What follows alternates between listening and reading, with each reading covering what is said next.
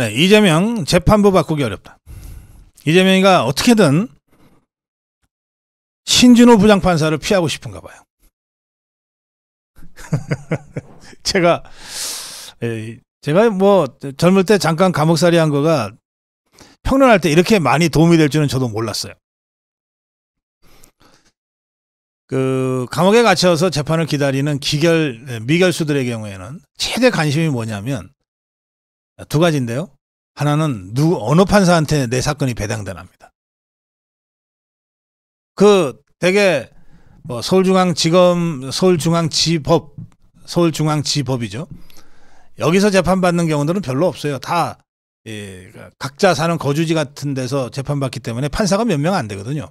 그러니까 어떤 판사는 어떤 사건에는 엄격하고 어떤 사건에는 좀 관용적이다. 이런 것들을 다 빠삭하게 알아요. 그래서 내 사건은 이건데 누가 제일 괜찮을까? 뭐 맨날 그런 거 갖고 고민해요. 두 번째는 기일 좀 빨리 잡혔으면 좋겠다. 기일 빨리 잡혔으면 좋겠다는 건 뭐냐면 무죄나 집행유예가 되면 빨리 하면 며칠이라도 먼저 나갈 수 있게 되는 거고, 뭐 유죄가 되면 하면 며칠이라도 먼저 확정이 되면은 노역이라도 할 수 있지 않냐. 밖에 나가서 일도 하면서 어쨌든 갇혀 있는 것보다는 낫지 않냐. 뭐 이런 것 때문에 사실은 재판 빨리 받게 해달라, 좋은 판사한테 배정되게 해달라. 뭐 이게 아주 그 재수자들의 가장 큰 관심이에요.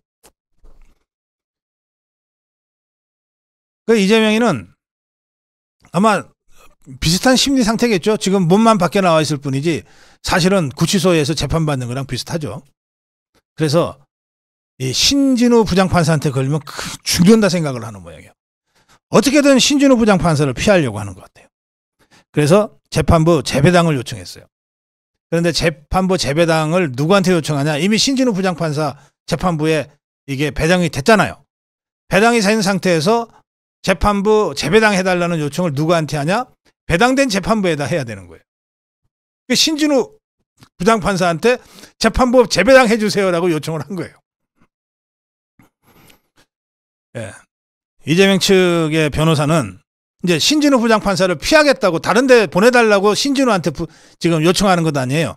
그러니까 이재명 측 변호사가 일어나서 일단 송구하다는 말씀을 드린다. 그리고 고개부터 굽벅 숙였답니다. 그래 놓고 현 재판부가 이화영의 외국환거래법 위반 사건을 검토하고 1심 판결을 했기 때문에 본의 아니게 이 사건 수사 기록을 사전에 검토하고 이재명 피고인을 대면하는 셈이 됐다. 그래서 지금의 재판부가 이 사건을 맡는 건 무죄 추정 원칙에 비춰볼 때 적절하지 않다고 본다. 엄청 조심스럽게 얘기하죠. 잘못하면 괘씸죄에 걸리니까. 엄청 조심스럽게 얘기하는데 그러나 내용은 똑같아요. 네 못 믿겠으니까 딴 데 보내줘 이겁니다. 말을 어떻게 하건. 그러자 검찰에서 재배당 요청 자체가 특혜를 요구하는 것이다. 재판부 기피 사유는 불공정한 재판을 진행할 경우라는 객관적 사정이 있어야 하는데 재판도 안 했는데 어떻게 재배당을 먼저 요구하냐. 말이 안 된다. 이게 이제 검찰의 주장입니다. 양쪽의 주장을 다 듣고 재판부는 이렇게 얘기했습니다. 대법원 예규 등을 종합적으로 검토해 봤는데 명확한 법률 문헌이 없어서 지금 피고인의 주장대로 재배당 요청을 받아들이면 또 다른 위험이 생길 수 있다. 재배당 요청 왜 하는지 우리가 무겁게 받아들이고 있다. 재판부에서 형사소송법에서 정한 바에 따라 실체적 진실을 밝히고 피고인 인권을 보호하는 형태에서 재판을 진행하는 것이니 재배당은 어렵다. 내가 공정하게 잘할 테니까 자꾸 딴소리 하지 말고 재판이나 성실히 잘 받아라. 이게 변호사나 판사나 검사들이 하는 말은 제가 이렇게 해설을 해줘야 뭔 뜻인지 법리를 갖고 얘기하다 보니까 그렇게 되는 거예요. 그러니까 이제 이해가 되셨죠? 이재명이는 신진우 부장판사한테 너 못 믿어. 딴 데로 보내줘.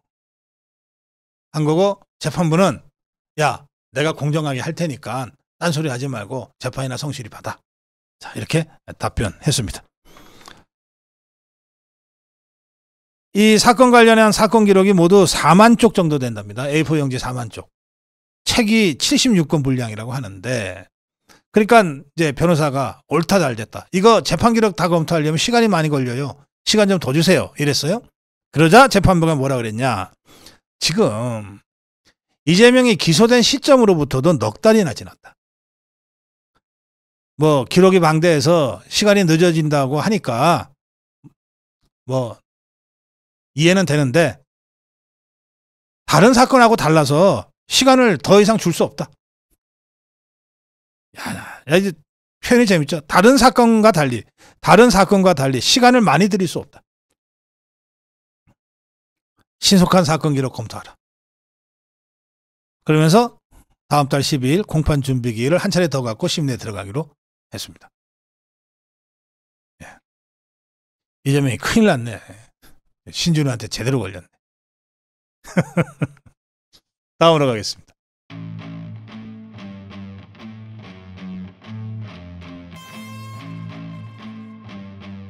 명태균의 입이 시한폭탄이다? 그러면 청문회는 왜 안 나가?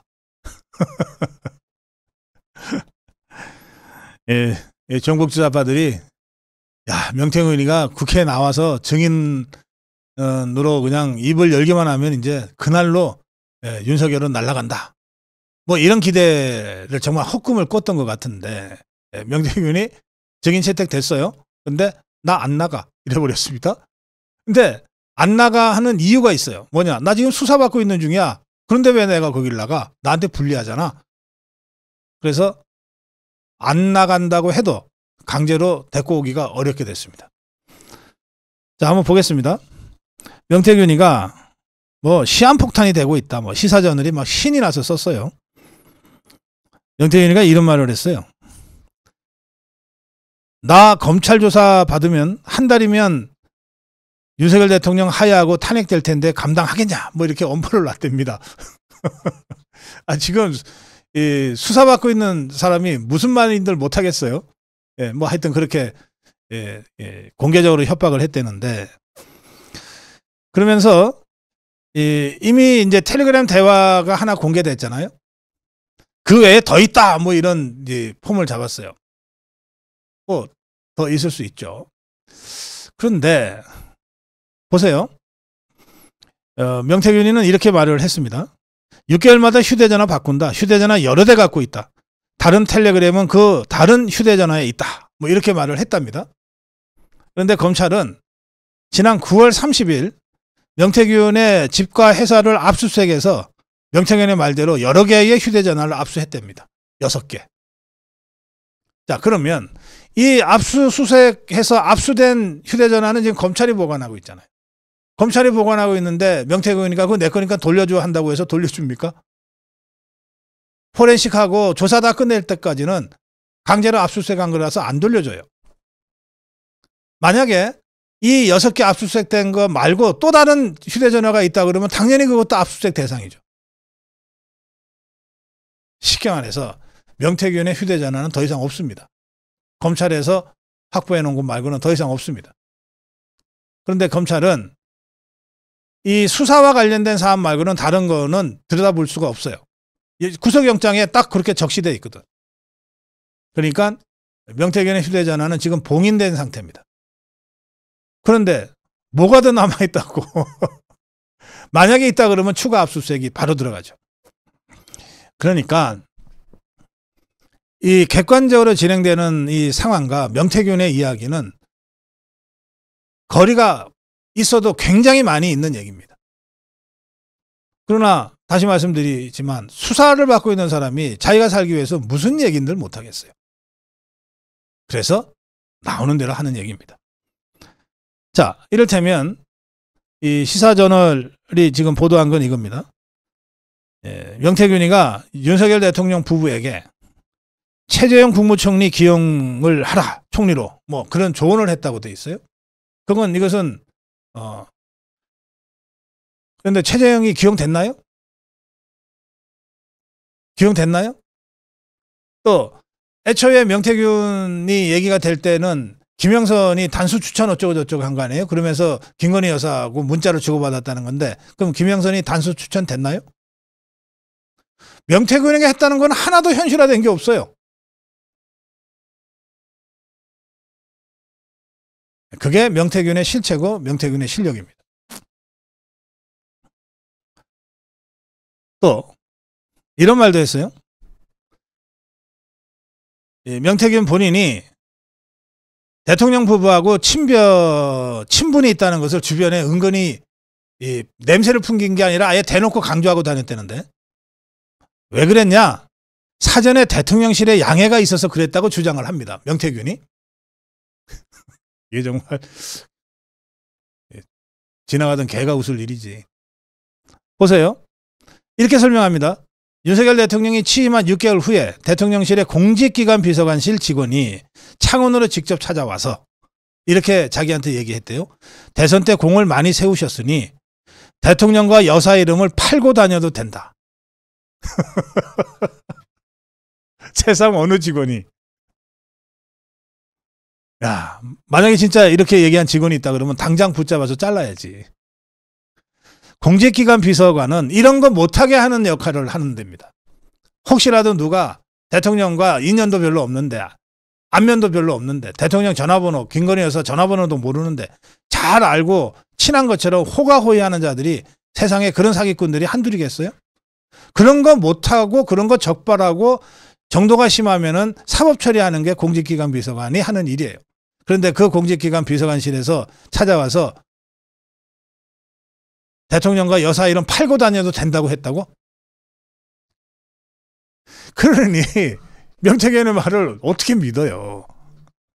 이거는 아마 좌파도 공격을 위해서 명태균을 이용은 하겠지만 진짜로는 믿지 않을 거예요.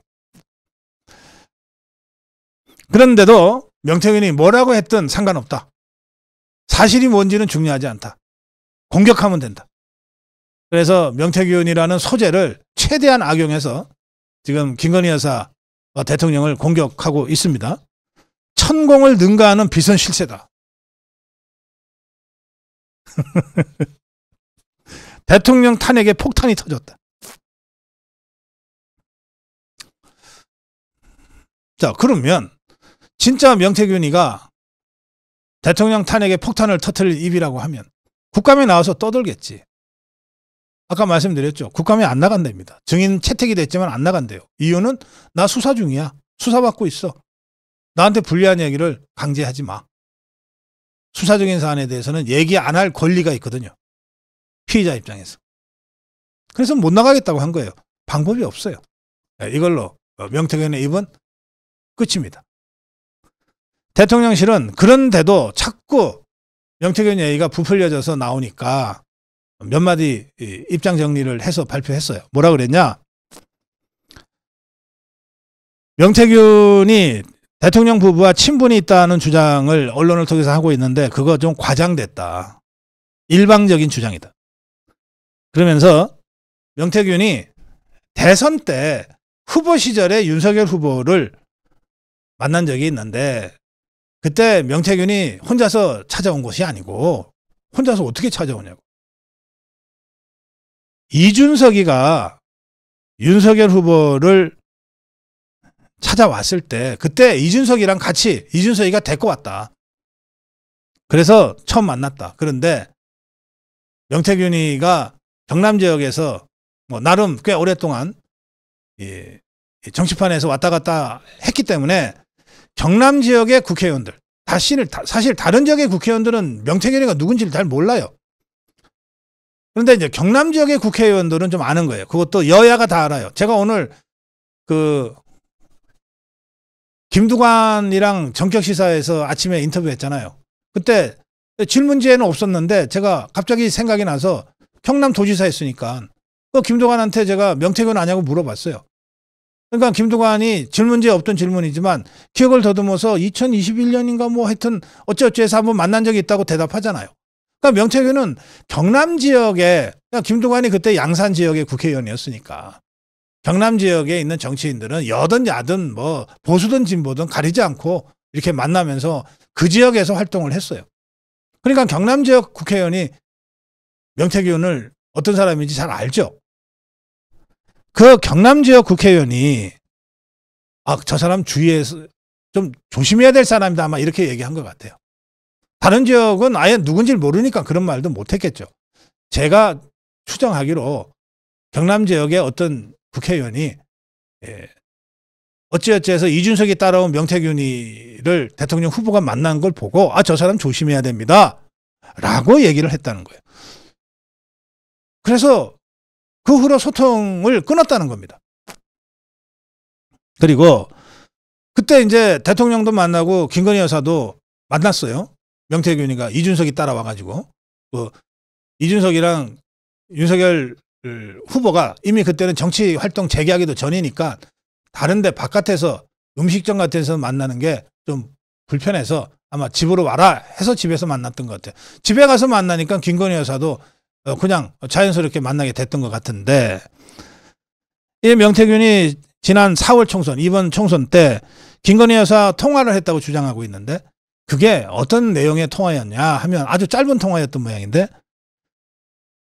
명태균이 김영선을 그렇게 아주 각별하게 챙겼던 것 같아요. 그래서 김영선이 전략공천 받게 해달라. 단수 추천안. 이게 전략공천입니다. 그냥 공천 좀 달라.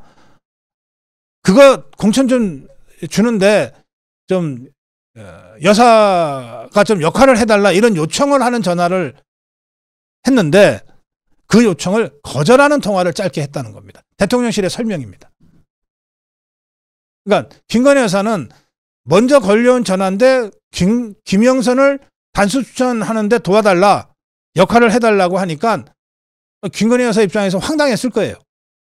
우선 맞지도 않고 옳지도 않고 할 수 있는 능력도 없고 그래서 거절했다는 겁니다. 거절하는 통화니까 길게 할 이유가 없죠. 그렇게 해서 짧게 통화한 게 전부 다라고 대통령실에서 설명하고 있어요. 또 다른 대통령실 관계자는 윤석열 대통령과 명태균의 만남은 대선 당선 이전이었다. 당선 이후에는 만난 적도 없고 소통도 없었다. 명태균의 과장되고 일방적인 주장에 대통령실이 끌려 들어가서 일희일비 왈가왈부 할 이유가 하나도 없다. 그렇게 이제 딱 이런 지하에 정리를 해버렸습니다.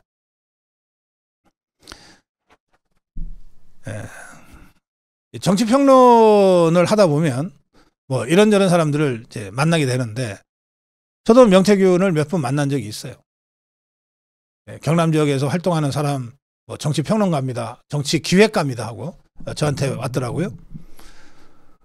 그때 제가 들은 거는 주로 김종인에 대한 얘기 그리고 이준석에 대한 얘기입니다.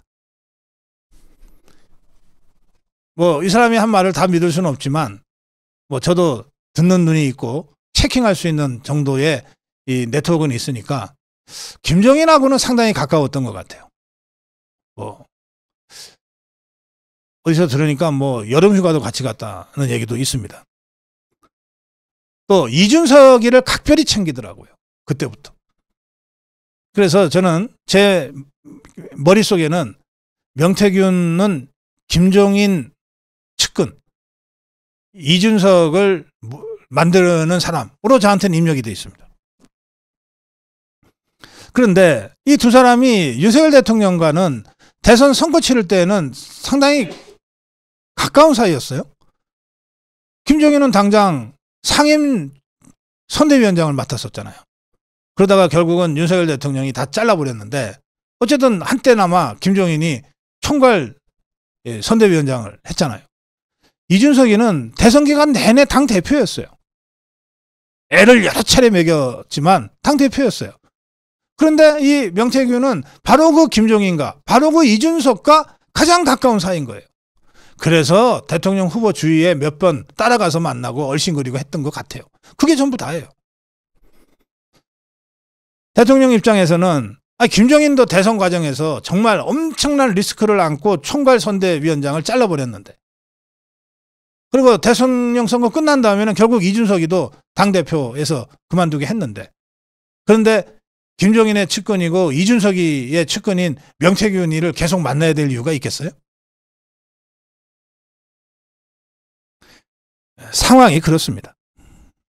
그래서 대통령실에서 공식 설명을 했습니다만 저는 명태균 이 논란이야말로 그야말로 뻥이다. 이렇게 정리합니다.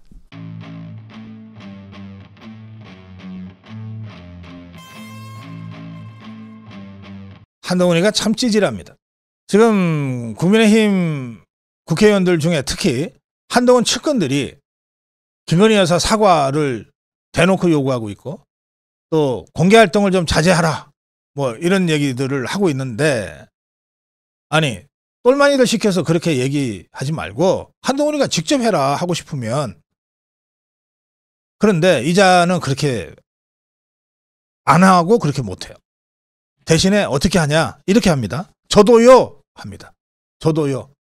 한동훈이가 오늘 부산 금정구청장 지원 유세를 갔는데 기자들을 만났어요.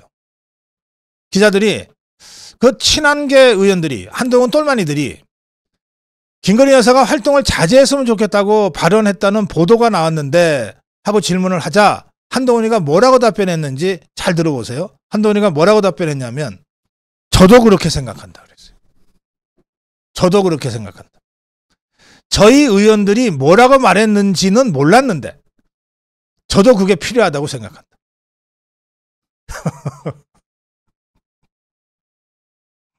아, 참 정말 찌질하네.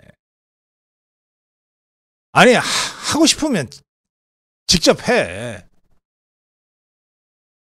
아, 그게 집권당 대표의 최소한의 품격이지. 뭘 똘마니들 시켜서 먼저 언론풀이하게 해놓은 다음에 기자가 물으니까 저도요. 저는 김건희 여사 대외 활동 좀 더 적극적으로 해야 된다고 생각합니다. 일부 한동훈 똘마니들이 또 뭐 종북 주사파들이 공격한다고 해서 장애인 시설에 가서 청소하는 봉사활동, 자살 예방을 위해서 밤낮 없이 고생하는 경찰관, 소방대원들 격려하는 활동, 또 국가이익을 위해서 정말 혼신의 힘을 다해서 뛰고 있는 대통령과 함께 국빈 방문 나가서 내조하면서 이 외교 활동에 조연으로 역할하는 활동, 이런 걸 하지 말아요? 더 해야지. 더 해야지. 그렇지만 좀 자제했으면 좋겠다는 주장 할 수 있어요. 하려면 네 입으로 해. 네 입으로. 저도요가 뭐야 쪽팔리게.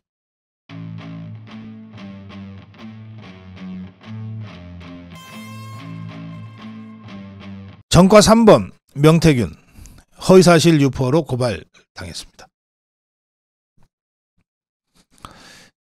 명태균 씨, 지금 언론에서는 이제 명태균 씨 앞에 정치 브로커라는 말을 붙여서 이제 보도를 합니다. 정치 브로커 명태균 씨가 2022년 대선 때 후보 시절에 윤석열 대통령 후보와 김건희 여사와 매일 통화했다 이런 식으로 친분을 강조하고 있는 데 대해서 친윤계 쪽에서는 so what? 그래서 그게 어쨌다고? 라고 하는 아주 시큰둥한 반응을 보이고 있다. 그러니까 별로 진지하게 상대할 대상이 아니다. 이런 친윤계 분위기를 전하고 있습니다. 권성동은 이렇게 얘기했습니다. 자, 대선 때, 대선 캠프, 경선 때죠. 경선 때 제가 캠프에서 중요한 역할을 한 것은 다 여러분들 아시지 않냐. 그런데 만약에 보도되는 대로 명 씨가 주장하는 대로 무슨 선거 전략을 수립했다거나 선거 캠페인에 무슨 전개 방향에 대해서 영향을 줬다거나 무슨 메시지에 영향을 미쳤다고 하면 그건 어떻게 내가 모를 수 있냐. 난 몰랐다. 나도 모르는 그런 선거 전략가가 있을 수 있냐. 그러면서 이렇게 얘기합니다. 아니 여의도에 가봐라. 내가 정권 창출의 주역이었어! 라고 자처하는 사람들이 수천 명, 수만 명 있다. 조금 이따 이제 장해찬 최고위원하고 대담을 할 텐데요. 장해찬 최고위원도 라디오 인터뷰에서 이렇게 얘기했어요. 윤석열 대통령은 후보 때부터 전화통화를 굉장히 많이 하는 분이다. 저도 경선 기간 거의 매일처럼 후보와 통화했다. 뭐 명태균 씨도 그렇게 통화를 했을 수 있다. 경선 때. 그렇다고 한들 대통령이 언제 명태균을 비호를 해줬다는 증거가 있냐? 언제 뭐 공천 개입이라도 했다는 증거가 있냐? 아무것도 아니지 않냐?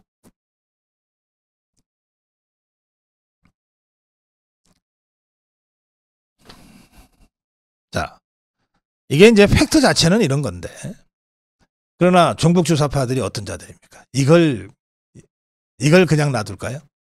잽싸게 끼어들어서 가로채고 나섰습니다. 더불어민주당 명태균을 박근혜 대통령 때의 최순실과 같다는 식으로 이제 공격을 시작합니다. 그러면서 그러니까 김건희 특검법 해야 돼라고 사그러져가는 김건희 특검법의 불쏘시개로 쓰고 있습니다.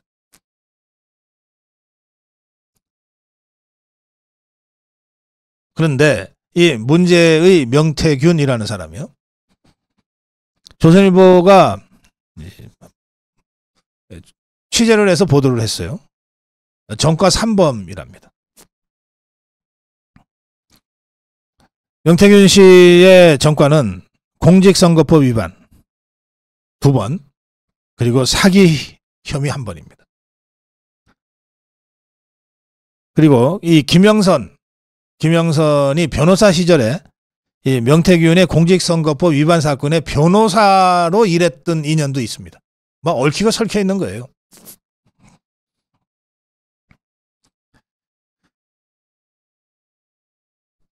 이 공직선거법 위반 사건은 첫 번째는 2018년에 있었습니다.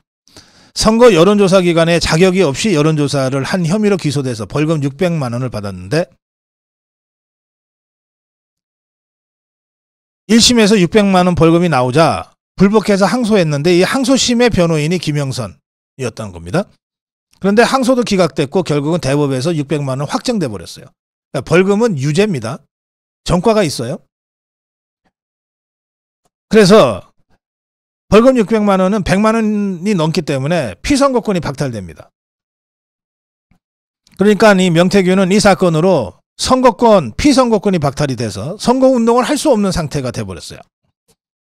그런데 그런 상태에서 2020년 2월 8일에서 3월 15일 국민의힘의 김영선의 지지를 호소하는 글과 사진 등을 네이버 밴드에 올려서 다시 공직선거법 위반 혐의로 기소가 돼서 이 사건에서는 벌금 100만 원을 또 선고받습니다. 그러니까 전과가 2개가 된 겁니다. 김영선과는 첫 번째 선거법 위반 사건의 항소심 변호사로 인연을 맺었고, 두 번째는 그 김영선을 도와주려고 하다가 또 선거법 위반으로 기소가 돼서 또 유죄가 나온 거예요. 그래서 전과가 2개가 돼 있습니다. 사기 전과는 그 전에 있었는데 2016년 말에 창원시의 6급 공무원 B씨의 승진을 청탁받으면서 명태균이 이렇게 얘기했어요. 뭐 인사할 명목이 있어야 하지 않겠느냐. 그래서 현금 3천만 원을 챙겼고 225만 원 상당의 여성용 골프채를 받은 혐의로 재판에 넘겨져서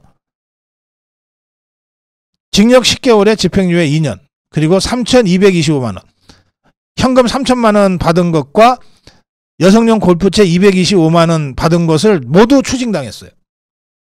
이게 사기 전과입니다. 그래서 전과가 3개라고 조선일보가 지금 취재해서 보도한 상태입니다. 이런 사람이 지금 얘기하고 있는 것을 종북 주사파들이 받아서 김건희 여사 특검법의 불쏘시개로 지금 쓰고 있는 상황이고, 윤석열 대통령이 이런 자의 이런 이 허황된 황당한 얘기에 일일이 대응해야 되겠습니까? 대통령실에서 이미 공식 입장 나왔고, 후보 때 한 2번 그것도 이준석이가 왔을 때 따라와서 본 적은 있는데 주위 사람들이 특히 경남 지역에서 정치하는 국회의원이 저 사람 위험한 사람이니 조심하라는 얘기가 있어서 그 후로 일체 관계를 끊었다. 이게 대통령실의 공식 설명이거든요.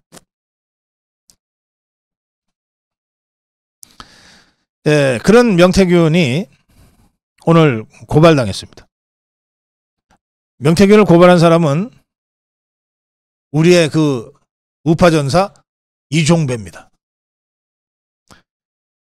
이종배는 서울경찰청에 명시에 대한 고발장을 제출했는데 기자회견을 열고 명태균이 언론 인터뷰에서 자기가 대선 후보 단일화를 시켰다.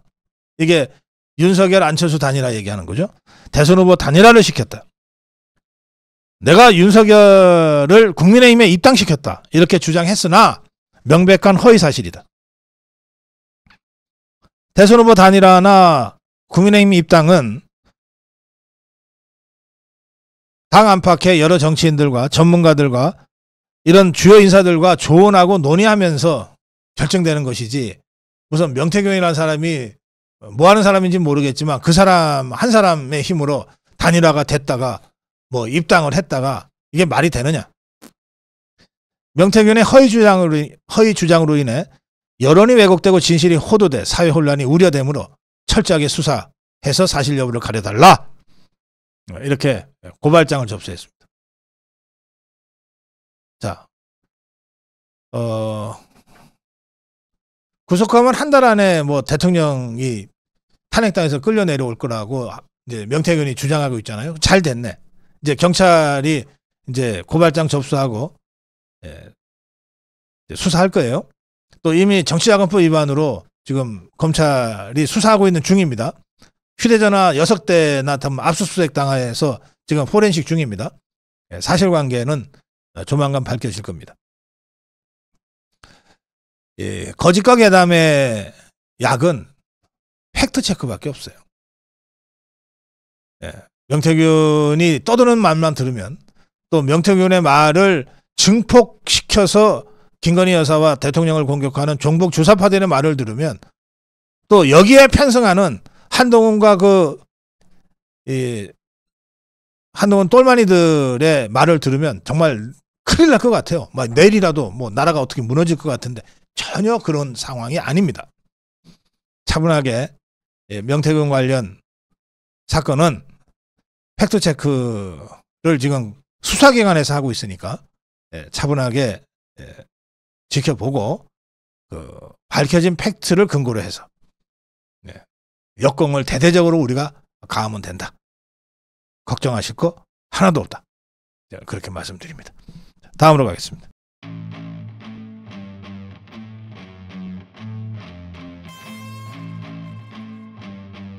네, 김문수 장관이 또 국회에서 쫓겨났습니다.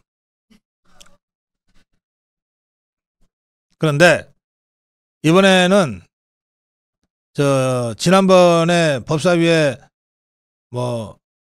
법사위입니까? 정청래가 10분간 퇴장 하자 그 장군들이 그냥 밖에 복도에 있다가 나갔다 들어오고 했던 진짜 퇴장당한 그때하고는 완전히 양상이 다릅니다.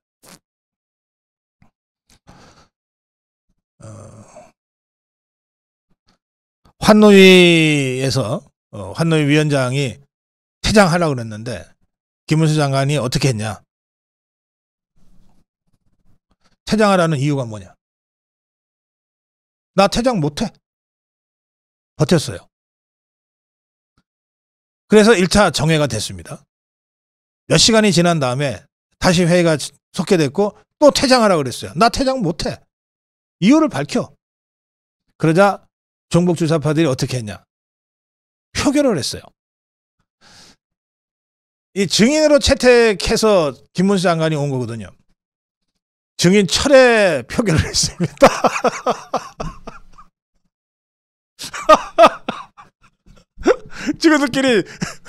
지그들이 신청해놓고 지그들이 철회하는 표결을 했어요. 그러니까 이제 상임위에서 표결이 됐으니까 더 이상 있을 필요가 없죠. 그래서 김문수 장관 제발로 걸어서 나갔고 국민의힘 환노위 위원 6명 같이 나가버렸습니다.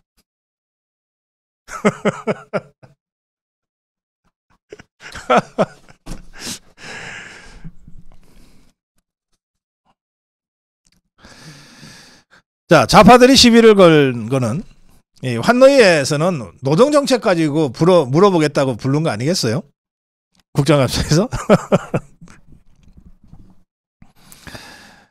근데 이 환노위에 출석하자마자 일제시대 선조 국적이 일본이었다, 법률상 일본인이었다고 하는 그 인사청문회 때의 김문수 장관의 발언을 시비를 걸면서 사과하라 이렇게 된 거예요. 그럼 왜 사과를 합니까 그걸? 뭐 틀린 말을 해서 사과를 하지.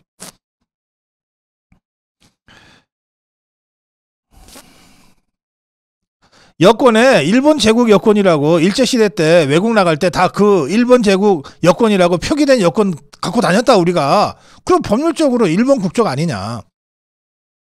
대한민국 국적이라고 들고 다닌 사람이 한 명이라도 있냐. 대한민국이 아예 존재하기 전인데. 역사적 사실이 그렇기 때문에 그랬다고 난 얘기하는 것이고, 국적이 일본이라 하더라도 조선민족이 없어진 건 아니지 않냐. 국적이 일본이라고 해서 우리가 일본 사람이 되는 거냐. 그러니 자꾸 그런 식으로 친일몰이하고 매도하지 마라. 이제 이 입장을 다시 밝혔어요. 뭐 자기 소신이니까. 그러자 야당 의원들이 김문수 장관의 퇴장을 요구했어요. 뭐 고성인 나오고 뭐 40여 분 만에 정회가 되고 오후 3시께 다시 재개가 됐어요. 뭐 이렇게 정회를 오래 해.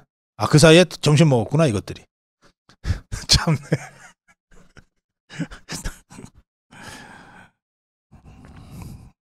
그래가지고 이제 속개가 됐는데, 아 그때라도 그 노동정책 갖고 질의를 하지. 이기지도 못할 것들이 또 일본 국적 문제를 갖고 물고 늘어졌어요. 그러자 김문수 장관 1965년 한일 기본조약으로 1910년 강제병합, 1905년 울산 늑약 이런 것들이 원천무효됐다. 그렇다고 해서 법률적으로 국적이 일본 국적으로 되어 있었던 것이 없어지는 건 아니지 않냐. 야당 의원들이 뭐 소리를 지르면서 퇴장하라, 뭐 사퇴하라 막 이렇게 요구를 했어요. 그러자 이제 이 안호영이라는 더불어민주당 이 환노위원장이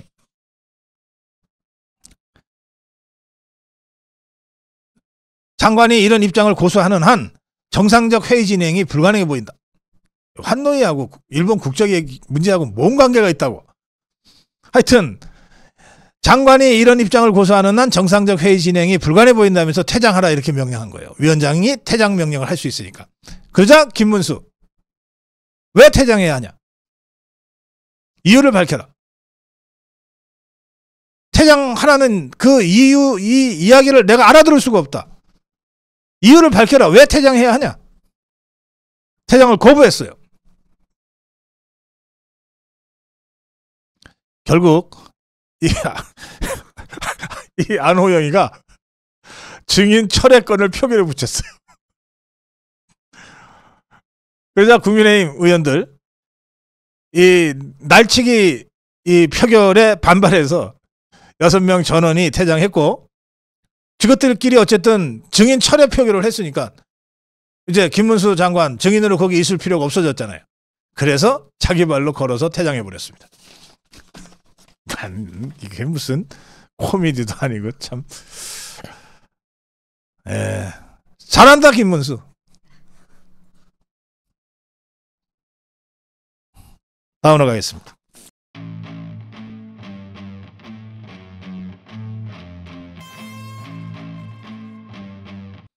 한동훈 또 독대 언론 플레이. 오늘 조선일보가 일면 탑으로 막 대문짝만하게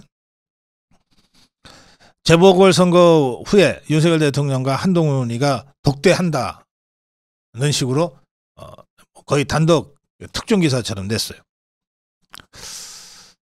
저는 그동안 윤석열 대통령 한동훈이 독대 받아줄 필요 없다.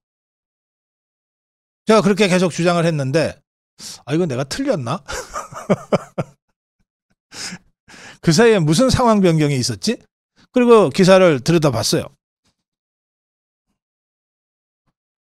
독대한다는 이 기사는 그냥 희망사항이더군요. 자, 보세요. 조선일보 기사입니다.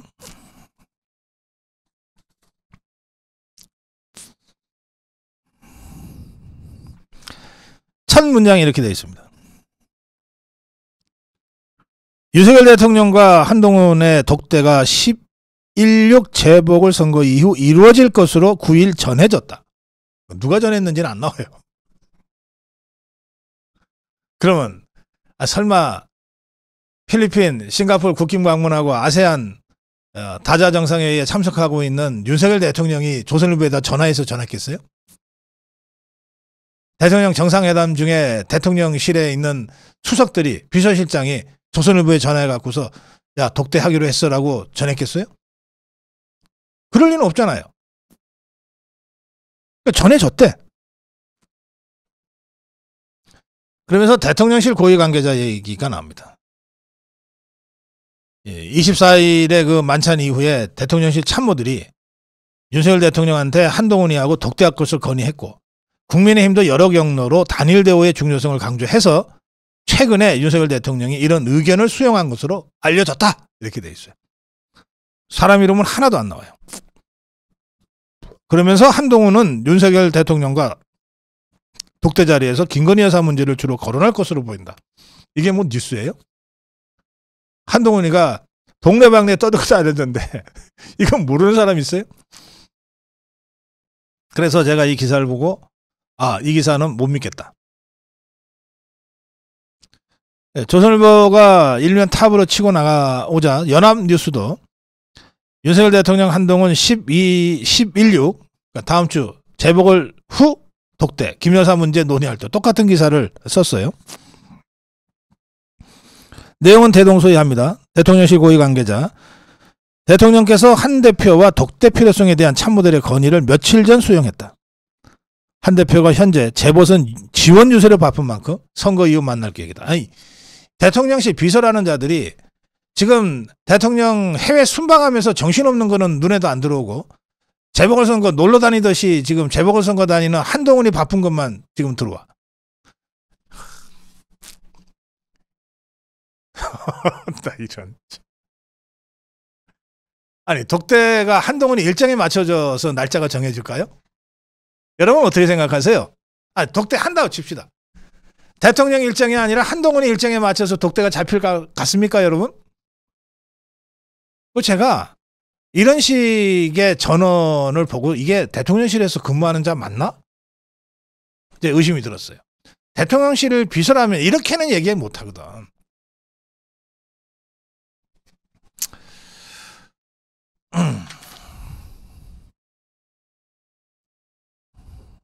이거는 공식 발표된 게 아닙니다.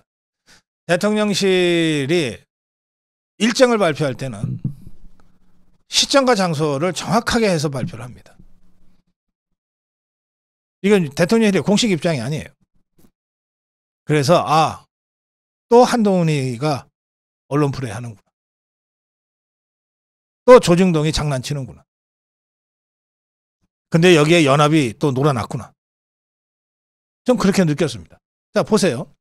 마치 대통령이 독대를 안 하려고 했는데 참모들이 여러 차례 건의를 해서 대통령이 그걸 수용했다고 지금 보도가 됐잖아요. 자, 이렇게 해서 언론이 때리면 이게 기정사실화 되잖아요. 근데 만약에 대통령이 한동훈이하고 전혀 독대할 생각이 없는데도 이런 식의 기사가 나가서 그래서 대통령이 독대를 받아들인 거가 기정사실화 돼버렸다면 대통령 굉장히 화가 나겠죠. 자, 그런 상태에서 만약에 야, 내가 언제 한다고 그랬어? 그거 안 해! 라고 하는 순간 국민들한테는 합의된 걸 뒤집어 버리는 대통령으로 또다시 낙인 찍히는 거예요. 아주 사악한 언론 플레이입니다. 저는 윤석열 대통령이 이 기사대로 참모들의 독대 건의를 수용했는지 어땠는지 제가 알 수가 없죠. 두 글 중에 하나 아니겠습니까? 아니면 세 가지 중에 하나일 거예요. 만약에 그런 그 건의를 참모들이 했다 하더라도 대통령이 선택할 수 있는 선택지는 세 가지 아닙니까? 안 돼! 하든지, 그래? 그럼 뭐 하자! 하든지, 아니면 좀 생각해 볼게 하든지. 그거 아니겠어요? 근데 안 돼 했는데 이렇게 나오면 완전히 가짜뉴스로 언론풀이 하는 것이고, 그래 하자 했는데 이렇게 나오면 대통령이 하자 한 결정을 누가 이렇게 언론풀이를 합니까? 대통령실이 공식 입장 발표하기 전까지. 홀딩하는 자, 좀 생각해 볼게 했는데 이런 식으로 언론풀이가 나왔다면 이건 대통령을 완전히 겁박하고 압박하는 거죠.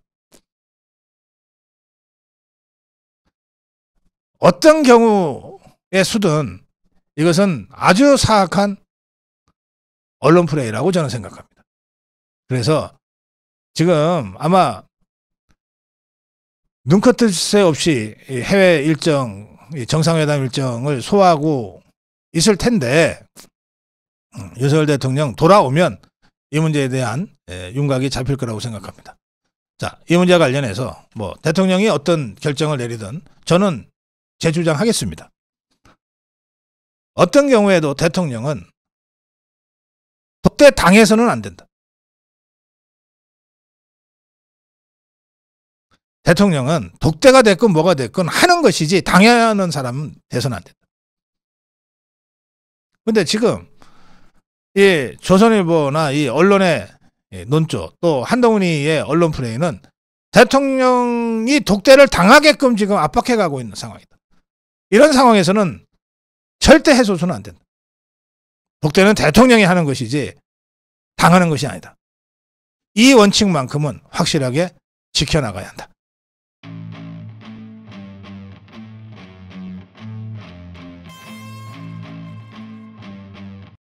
한동훈 퇴진운동을 시작하겠다. 제가 하겠다는 게 아니고요.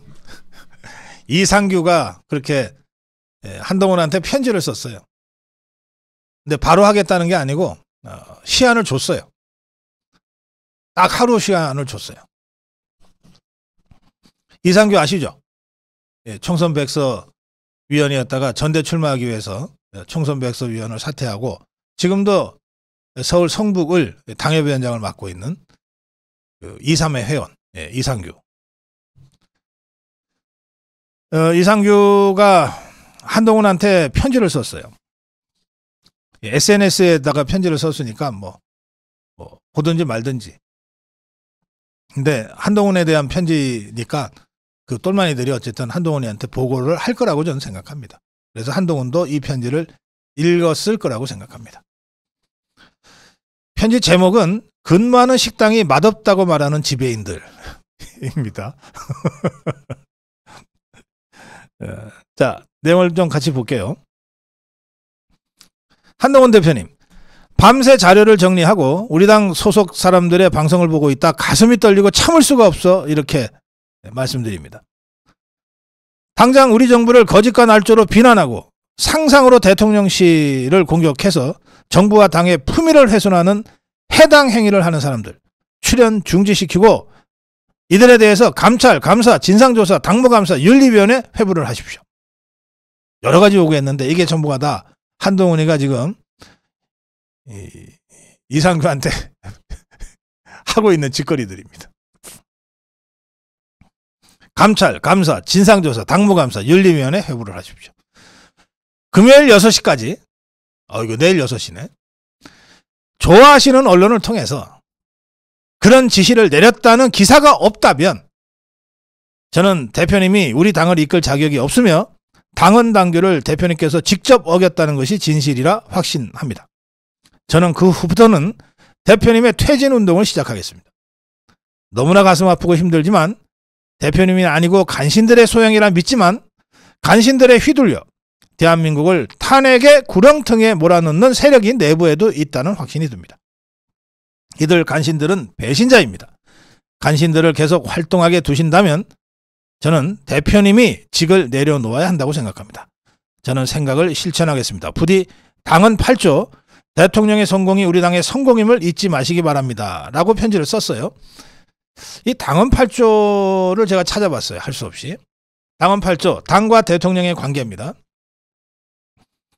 대통령에 당선된 당원은, 그러니까 윤석열은 당의 정강정책을 충실히 국정에 반영하고, 또 당은 지금 한동훈이 대표하는 당입니다. 대통령의 국정 운영을 적극 뒷받침하며 그 결과에 대하여 대통령과 함께 국민에게 책임진다. 이렇게 당헌 8조에 되어 있어요. 이거를 한동훈이가 제대로 못하고 있다고 이상규 위원장이 질타하는 겁니다. 그러면서 편지에 왜 마지막에 또 한마디 더 하는 거 있죠. 추신을 달았어요. 저는 우리 당 인사들을 잘 모릅니다. 저를 공격하는 사람들의 방송을 보다가 그들의 언행이 저 사람 민주당인가? 아니야. 조국당인가? 아니야. 이준석 개혁신당인가? 하다가 궁금해서 찾아봤어요. 국민의힘 당원이었습니다. 심지어 우리 당에서 매달 수백만 원씩 법카를 쓰는 대변인들도 있습니다. 월급 주고 나가서 회사를 욕하는 사람을 저는 정치라는 분야에서 처음 봤습니다. 저는 월급 주는 사장으로 평생 살아왔는데 너무 분하고 화가 나 도저히 참을 수가 없습니다. 지금도 가슴이 너무 뛰어 숨이 잘 안 쉬어집니다. 이 일을 제가 꼭 바꾸겠습니다. 왜 당원들께서 배신자들 때문에 분통이 터진다고 하시는지 알 것 같습니다.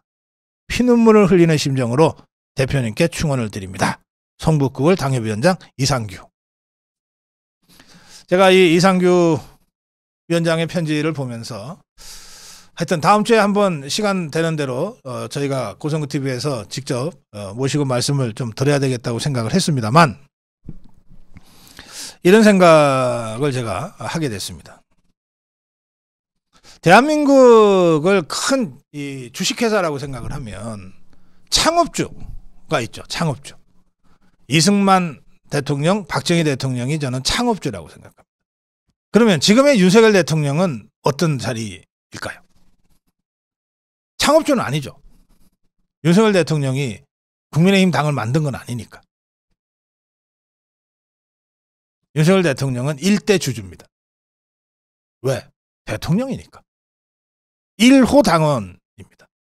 국민의힘의 1호 당원. 국민의힘의 1대 주주예요. 그러면 한동훈이는 뭘까요?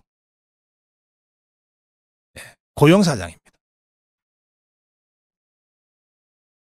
주주총회에서 뽑힌 고용사장이에요.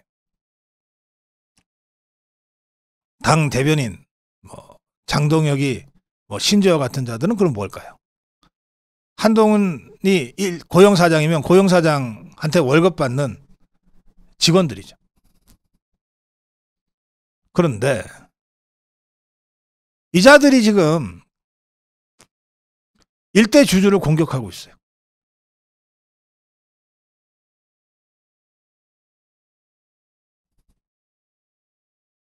이거 그냥 놔둬야 됩니까? 밑에 것들 관리 감독해야 될 고용사장이 일대 주주를 공격하고 있어요. 이거 그냥 놔둬야 됩니까? 놔두면 회사 망해요.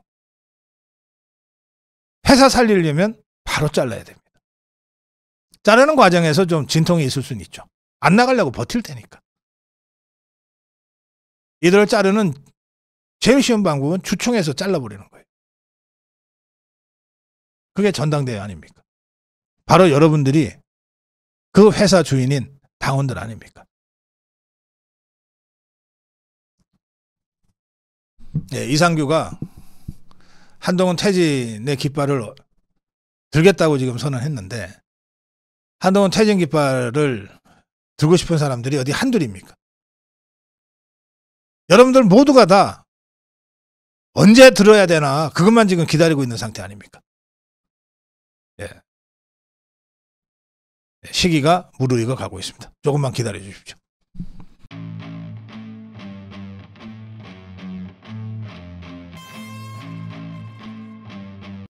이래서 김문수. 예, 김문수 노동부 장관이 이제 환노위에 국감을 받기 위해서 출석을 하고 증인 선서도 하고 하는데 인사청문회 때 그 김문수 장관의 소신 발언.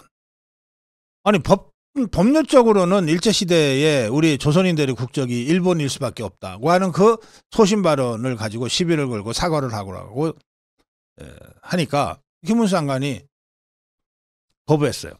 그러자 퇴장. 내가 왜 퇴장 당해야 되느냐 하고 퇴장도 거부했어요. 그 긴박한 상황에서 결국 몇 시간 후에 종북 주사파들끼리 모여가지고 증인 철회 표결을 했어요. 증인 철회 표결이 있으니까 이제 증인이 아닌 상태가 돼버리니까 김문수 장관이 퇴장 당한 것이 아니라 스스로 나와버린 겁니다.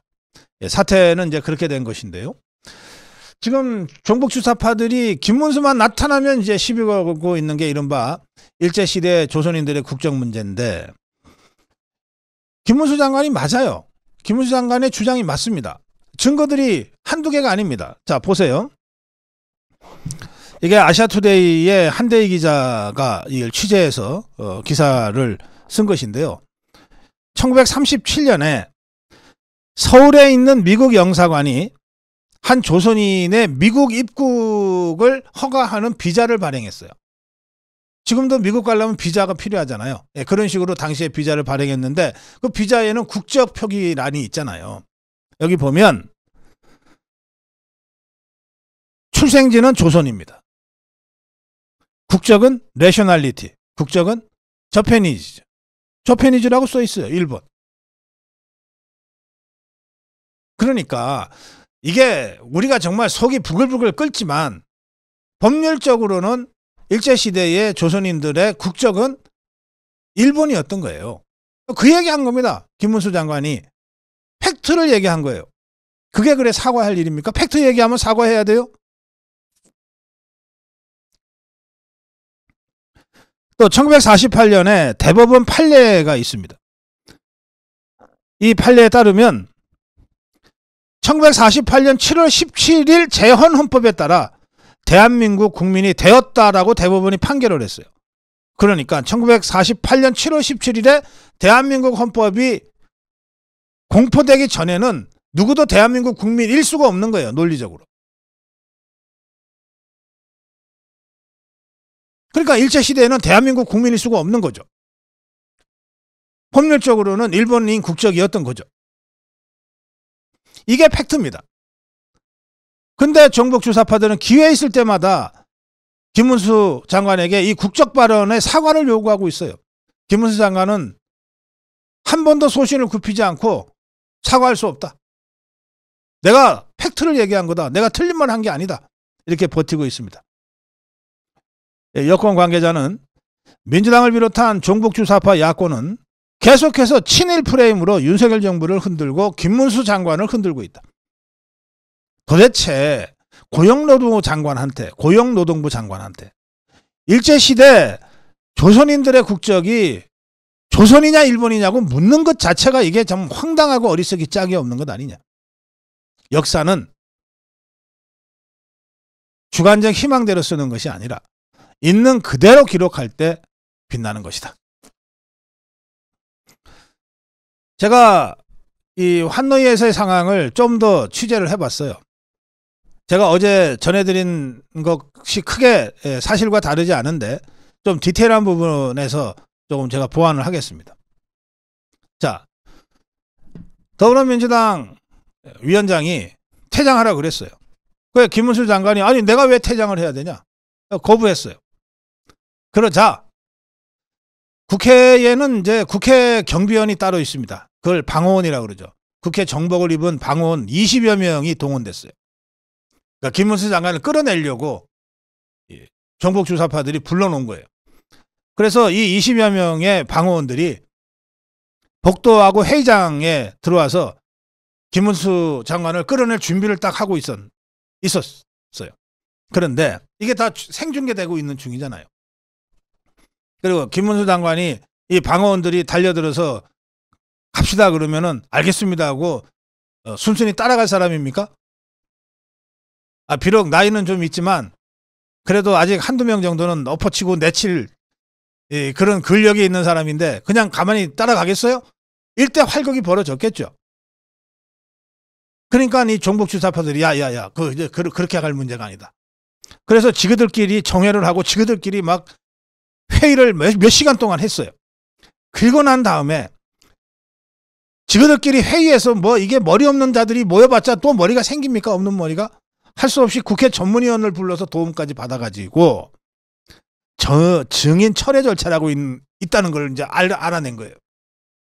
지것들이 증인으로 신청을 해놓고 증인 철회 절차라고 하는 국회법 절차가 있다는 거를 국회 전문위원회 도움을 받아서 비로소 알게 된 거예요. 그러니까 머리 없는 것들이 10명 모이면 없는 머리가 생기는 게 아니다라고 하는 게 이 회의 장면에서 나타나요. 그래가지고 회의를 속개했어요. 그래서 국회 전문위원이 가르쳐준 대로 증인 철회 표결 절차를 밟게 돼요. 그러자 이런 무슨 황당한 하고 이미자 의원이 강력하게 항의하면서 우린 그런 절차에 동의할 수 없어. 하려면 너희들끼리 해. 그리고 이미자 의원이 주도해서 환노위 6명의 국민의힘 의원이 먼저 퇴장을 해버려요. 그런데 그때까지도 증인 철회 표결이 이루어지지 않았기 때문에 그때까지도 김문수 장관은 증인 신분으로 그 자리에 앉아 있어야만 되는 거예요. 그래서 그 자리에 앉아 있었어요. 김문수 장관 혼자서. 그리고 이제 민주당 9명, 진보당 1명, 10명이 남아서 일방적으로 지그들끼리 표결해서 증인 철회 표결을 하고 자 이제 당신 증인이 아니니까 나가주세요 하니까 김문수 장관이 나도 있기 싫어. 그리고 자기 발로 걸어서 나왔다는 겁니다. 이게 당시 환노위 사태의 전말입니다. 제가 취재한 내용을 좀 더 상세하게 설명을 드렸습니다. 이제 환노위의 그 황당한 사건이 이제 선명하게 떠오르시죠. 그래서 김문수라는 겁니다. 그래서 김문수 하는 겁니다. 정론 1침이었습니다. 정말 제가 뼈아프게 좌절하고 반성되는 부분이 있습니다. 박근혜 대통령을 지키지 못한 겁니다. 8년 만에 다시 윤석열 대통령을 그때 8년 전에 박근혜 대통령 죽이듯이 또 죽이겠다고 지금 달려들고 있는 거거든요. 그래서 저 지금 진짜 모든 걸 걸고 있습니다. 윤석열 대통령을 지키기 위한 전쟁을 지금 하고 있다. 탄약이 필요하다. 그러니 여러분들 만만해온 대주시라. 연일 특검법 강행하고 압박하고 우리 국민의힘 자유우파 분열시키려고 온갖 공작을 다 하고 있잖아요. 이것에 대해서 지금 싸움하고 있는 중이거든요. 각자가 자기 자리에서 할 수 있는 만큼 최대한 역할해 주시기 바랍니다. Tell me what's wrong.